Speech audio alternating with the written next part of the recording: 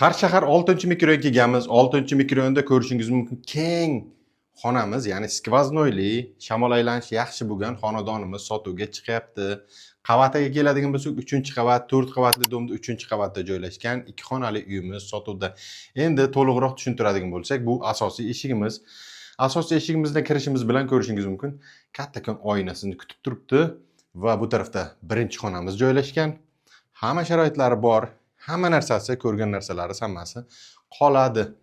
Va kirib kelishimiz bilan sanuzillar alohida. Bu tarafda hojatxonamiz va bu tarafda yuvinish xonamiz joylashgan bo'ladi. Bu tarafda ikkinchi xonamiz ham televizorlari ham chiroyli qilingan.